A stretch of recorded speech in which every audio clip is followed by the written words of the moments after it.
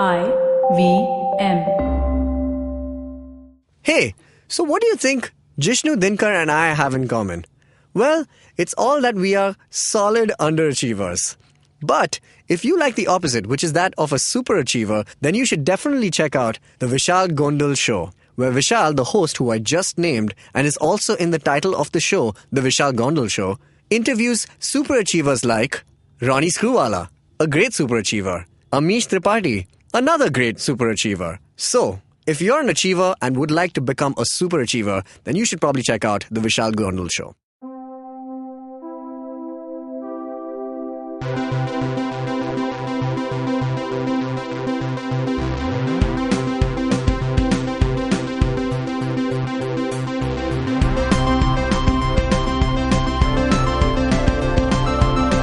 Hey everybody, welcome to the Geek Food Bulletin, your weekly dose of news/not news. What that means is that sometimes we talk about stuff that's relevant, sometimes we don't.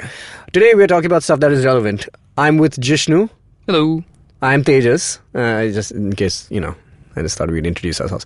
Alright, so Jishnu, what do we have this week that we're talking about? I have no idea. Oh, you actually have no idea. I have no idea. We have not found some piece of news that has tickled your fancy. Trump tops 100 million in fundraising for his own re-election. I'm not sure to react to that. That's true. All right. Climate change might double the cost of a beer. Yeah, that's true. It'll double the cost of most things, I think, if that's not completely inaccurate. All right. I have a piece of news. Tom and Jerry, the live-action animation hybrid movie, is in works from the Fantastic Four director, not Josh Trank, Tim Story, the one who did the first two substandard ones. That's mildly disturbing. And apparently, they will not speak, unlike the previous Tom and Jerry movies, where they said, "Oh, you can talk, I can talk," and then they both find out that they can talk. They sounded like Mickey Mouse? I only spoke as the only mouse I know who has a voice, which is Mickey. All right. And Stu. Stu, yes, Michael J. Fox. Yeah. Oh gosh, how did I forget that? Hugh Laurie's in that movie. I know. Yeah, he's he's amazing. the dad. He was very chipper. Yeah, he's quite chipper. He's never been that happy. Yeah, it's true. He's always grumpy. No, Usually in like Blackadder, he's very Fran happy, Laurie, very he's chipper. like, yeah. All right, so the cartoon is going to be made and stuff, and they won't be voiced, and it's just going to be physical comedy, like the old. Do you think Tom and Jerry still works as a concept? May have evolved since. I'm only excited at the notion of more slapstick comedy. You like slapstick comedy? There's been a dearth of slap. That's I'm true. very excited that Johnny English is back. Yeah, just because I love just came out. I haven't seen it yet. Yeah. I'm very excited because I love Rowan Atkinson with all my heart. Yeah. And mainly because he's still keeping up his slapstick humor.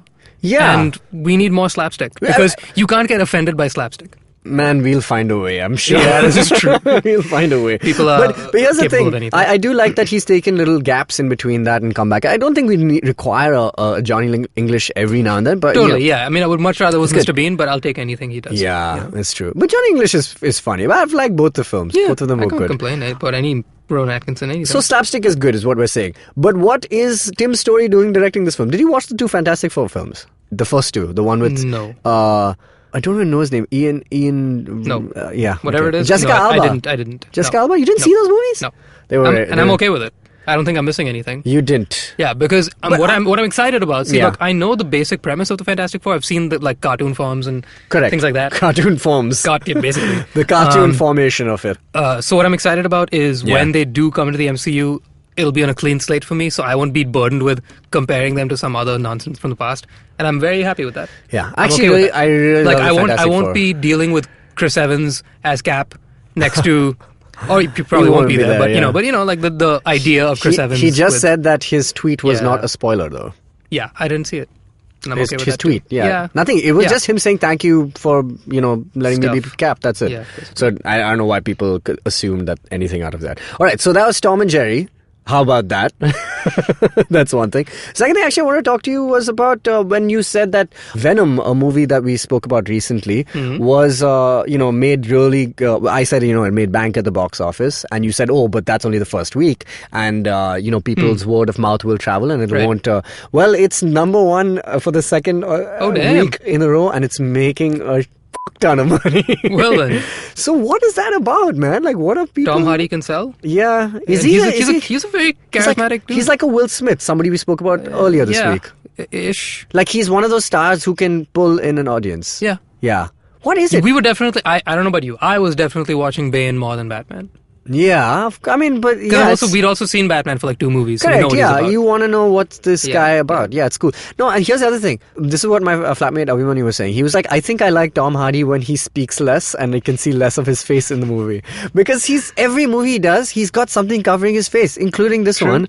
He's like in Dunkirk, he's got a mask on. In Bane, he's got that. In Inception, he's fine, but otherwise everything else he's kind of. I liked him in Inception, and I liked him in. And he's used sparingly, which is why he works. He's kind of a wild card in that. But yeah, there you go. So Venom making a lot of money, and which means we might see a sequel with Tom Holland, and I would like to see that as well. You said you had something for me for the Arrowverse, which I don't care too much about, but is mildly amusing. Inside the huge Arrow twist we didn't see come. This is from IGN.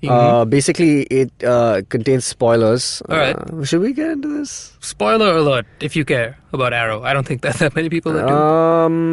Well, okay, so here's the thing. So the season 7 has started. Man, what? We can have season 7 of Arrow and cancel Iron Fist on season 2? That seems unfair. That's all I wanted to say. But mostly it's because season 7 has started with a flash forward. So they've skipped years and years, and he's in prison, which is from a very famous Green Arrow arc, which is called Supermax, which is what they were trying to make into a film, but they didn't. And then they made this CW show instead. Why? We don't know. But they've reached that place anyway in the show. And a lot of people are surprised that they jumped so much in time and have started there, which is quite interesting. And the big twist is... I don't know. I can't find it. Yeah, something has happened. It's not a twist. It's just like we're seeing some kind of future timeline thanks to Flash and blah blah. All right. Yeah. All right. So there we go. Arrow. You know what I did watch though? I saw the Gotham trailer for season 5. Yeah. It's the last season. When did we duck out? We ducked out at 3. No, 2. We finished 2 and we were done. Did we finish 2? You know, that has scarred me so much, Jishnu. You don't understand. I did 18 episodes, 40 minutes each, in like 24-ish hours. Yeah. I know this feeling. I did Luke Cage season 1, 13 episodes, 13 hours in 48. Yeah.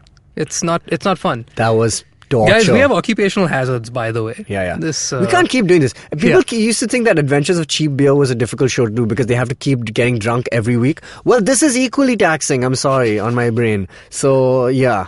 That's my point. Anyway, so what I was going to say was Iron Fist cancelled. I'm a little upset because I thought that they would lead at least to where the comics... You enjoyed season 2? No, it's a train wreck, but it's still enjoyable. Oh my god, this is not good for me, man. It's because I need to see... Look, I'm invested in the Netflix verse enough that I still really want to see Daredevil 3. Let me put it. But I don't want to see Daredevil 3 without seeing Have you seen Iron Fist 1? Yes. Okay, cool. So it's much better than Iron Fist 1. It is better. Of course it is. Okay, good. They've removed a lot I was like, I'll be very surprised. I'll tell you why and how many ways it's better, okay?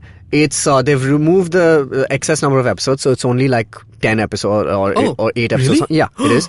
There you go. Okay, so that's one gift from Netflix fantastic. To you. Oh my god. The second gift obviously is that they've cancelled the show, so you don't have to watch any more Iron Fist after this. But the third thing is that they've removed all the businessy part of it, and they've just made it about the martial arts, which in many ways makes it worse. God damn. Oh wait, so it's more about fucking chi. No, it's not really about that. But okay, let me put it this way. This is how I was explaining to Dinkar. I was like, this is why the show is so weird.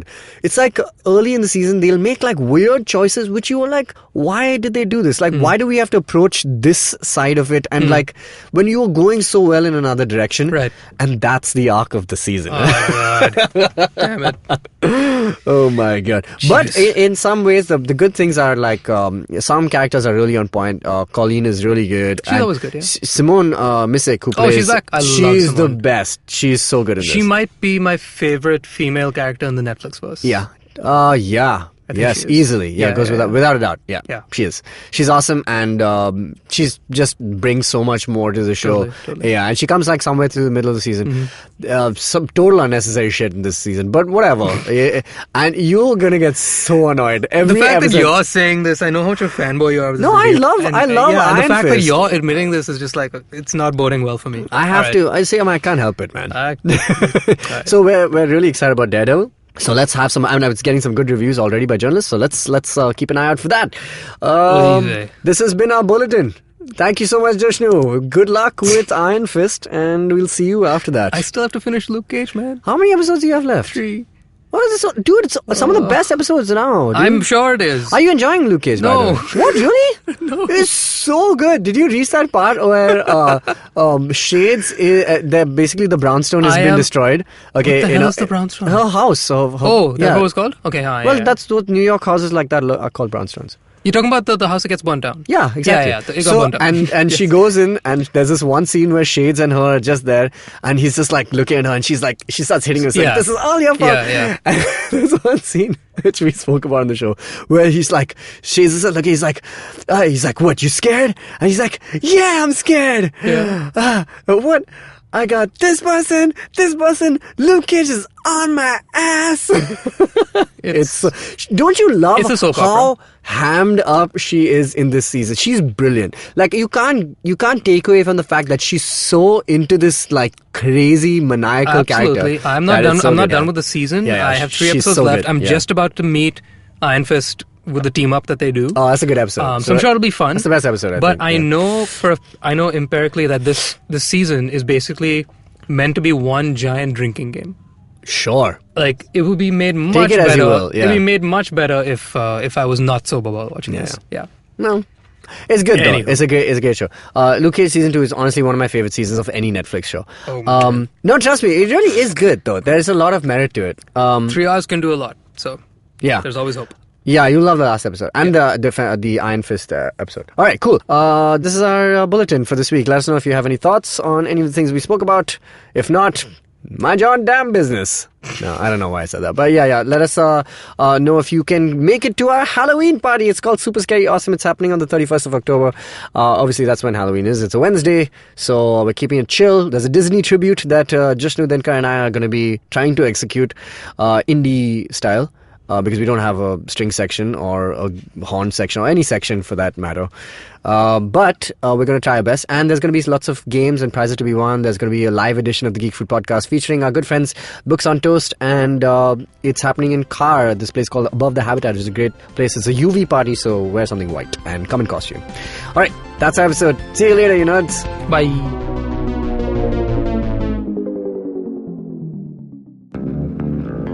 Did you know that Parsis in Mumbai, instead of being left at the Tower of Silence after they die, are now cremated?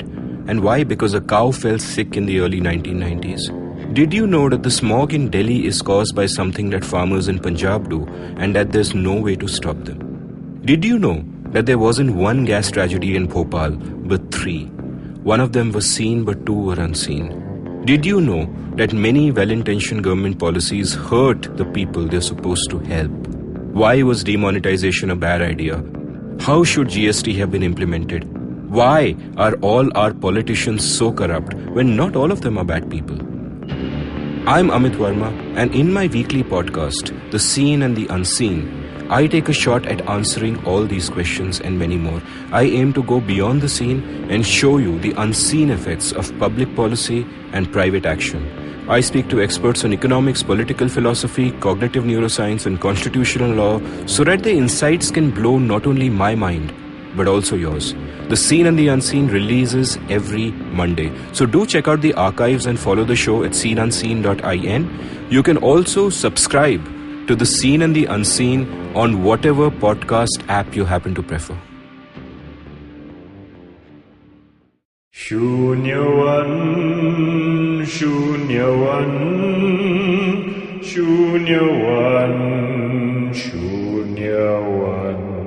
$1 billion acquisition. Another copycat startup got formed. No, the tech world in India is surely moving double the speed of this voiceover. Tune in to Shunya One every Tuesday to catch us talking to the smartest people we know on the IBM Podcast website, app, or wherever you get your podcasts from.